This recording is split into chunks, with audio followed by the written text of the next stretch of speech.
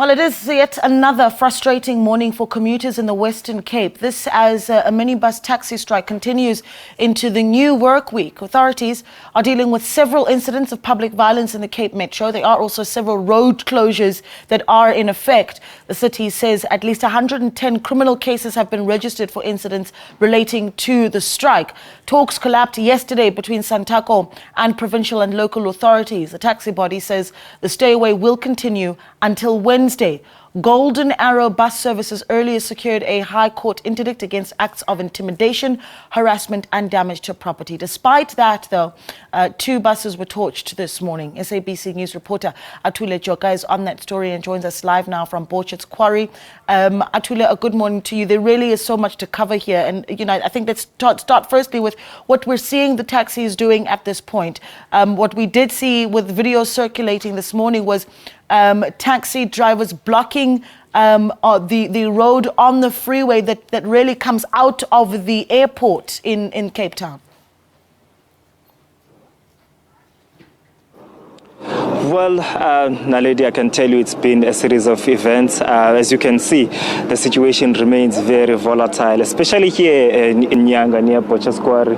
This happens a lot when there are taxi violence. We normally see a number of vehicles get bent down around here. So very early in the morning when we heard that there were blockades by taxi drivers of the traffic flow and that the roads was closed. And then later on we heard that 2 buses got bent. On my right, I will ask my colleague to just pan a bit slower to show you those visuals that we saw earlier on of the buses that were bent to ashes. There's nothing left of those buses now. I can tell you, Naledi, those buses are now write-offs. The company will have to seek other remedial actions and try to see if they can get a replacement from those buses. This comes amid the court interdict that they got from the High Court, which said that there must not be any intimidation against bus drivers. There must not be any harassment or even damage to property of the Golden Arrow buses.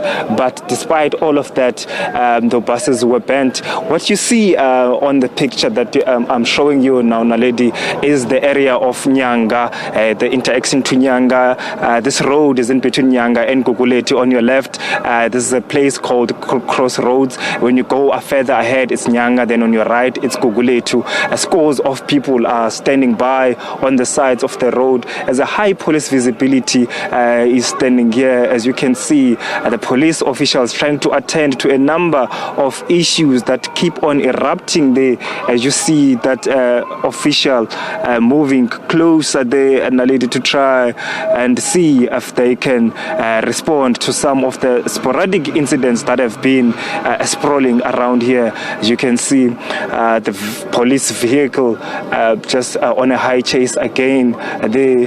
Maybe some of the instigators, as they were announced earlier on, are still in the area because high police visibility, public order policing, law enforcement official. We also saw some people who come from the private security as well being deployed here, as you can see, and the scores of people that are here are watching what is happening here. Also there on the middle of the road, there is a car that was also bent earlier on. It looks like it is a private vehicle. So some people just get caught in the crossfire as well when these things are happening. I'll ask my colleague if he can just pan out a bit. I don't want to show you graphic pictures, Naledi, but there is on our right a body that is lying down, a man who was also caught in this particular mayhem which is happening here just next to the cones that we see there on the floor. There is someone who is lying on the floor there, lady, but I will quickly try and move out of that shot. Just the person who's lying there was a commuter who was trying to get to work, apparently, according to unconfirmed reports. But what we see next to him is a stone as well. Apparently, he was stoned to death, but it is not clear who has done that. It is not clear what truly transpired there and as to what happened. I see his backpack also next to him. The police are trying to open it with a firearm, not to be caught in the crossfire as well. But this is the situation here. It remains volatile as the discussions are ongoing, as the agreements are not met. Normally, this time around, as you would know, that we would come and do our live crossings here. It is usually our safest place to come and do live crossings. It is usually the safe place for people to come and catch buses to work. But right about now, it also seems like it is become unsafe as well. I mean, there's so much to talk about, Atule. Really, obviously tragic as well that we're talking about a body that's lying in the middle of the road while people are traveling and trying to get to work. I mean, what does that struggle look like this morning for commuters that are trying to go out of Nyanga, for instance, Khayelitsha as well, Langa, to reach the inner city to get to work? What are the options that they have been using? I think at this moment the options are getting more limited at this stage, because even private vehicles that also give lifts to people are also in danger. We saw some visuals yesterday as well of staff transport vehicles that were burnt down in communities as well, because some companies or corporate companies would send staff company vehicles to drop off and take off the workers from the communities. But even those are in danger. And some of the people I spoke to earlier on this morning who were going to work were saying they are thinking of going back because there is no way that they will make it to work. And also on outbound of the N2, scores of people were also walking back home, saying even in town there are no buses now to take them to their places, to home. So it becomes quite very difficult and volatile, Naledi. It seems like this situation will be forced to go to the roundtable discussion.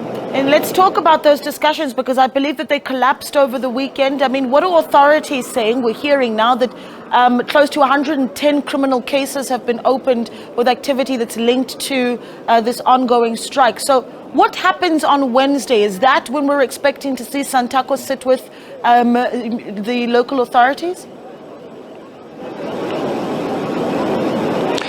Yeah, well, SANTACO, we tried to get to hold of them this morning, but they said they are still locked in meetings. We are meeting with the Minister of Mobility here in the Western Cape, which is the MEC, Mr. Ricardo Mackenzie. We'll try and give clarity to that and bring us up to speed as to what happened in those discussions. We understand that the Taxi Association don't want their vehicles to be impounded for such minuscule, let's say, violations of traffic offences. They rather want those particular violations to be meted against the taxi drivers. They want the traffic fines or the punishment to be proportionate to the infringement that has been caused by the driver, instead of impounding their vehicles. So it looks like in those discussions they could not find each other. We also understand there are underlying issues, such as the issue of permits on some of the routes around here, which are the discussions that have been ongoing. I just want to step out of short, Naledi. It seems like there is quite a pandemonium that is brewing there behind me. I just want us to have a clearer picture of what is happening there. But we will try and speak to Mr. Ricardo Mackenzie at 10 a.m. to talk to us as to how they will try and resolve this particular matter. But we understand that at this stage they have not reached any conclusion. Hence, SANTACO said they will stay on a stayaway up until on Wednesday. They said that they will only go back on Thursday to working normally again. Yeah, I think just one last question as we look at those images that you're showing us. I mean, the tension in Nyanga that you're showing us there, Atule, is so palpable. I think the first one would be, is it communities, particularly in the township areas, that we're seeing affected by the strike? So if you were to go into the city, whether it be Sea Point in the inner city, are you seeing these images as well there? Well, Naledi, it then goes back to what some people normally say, that Cape Town is is like two like different worlds. I was saying to my colleague the other day that when you are walking around, let's say the promenade, you think that people are lying, that there are tension, there is violence that is happening in Cape Town, because you'd find people strolling and just walking about, going on, doing their businesses.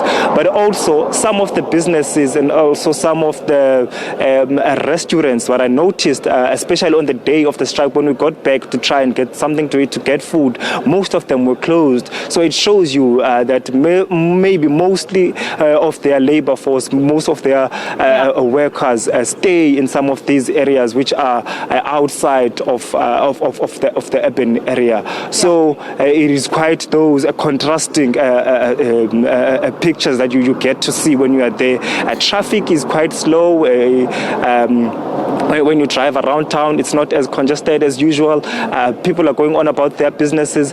But when you go to some of the shops, some of the retail shops, to try and get the services, it is not as usual. Most of the shops, especially those you would know, some of the eateries which are popular are closed, most of them, as the workforce cannot get to work.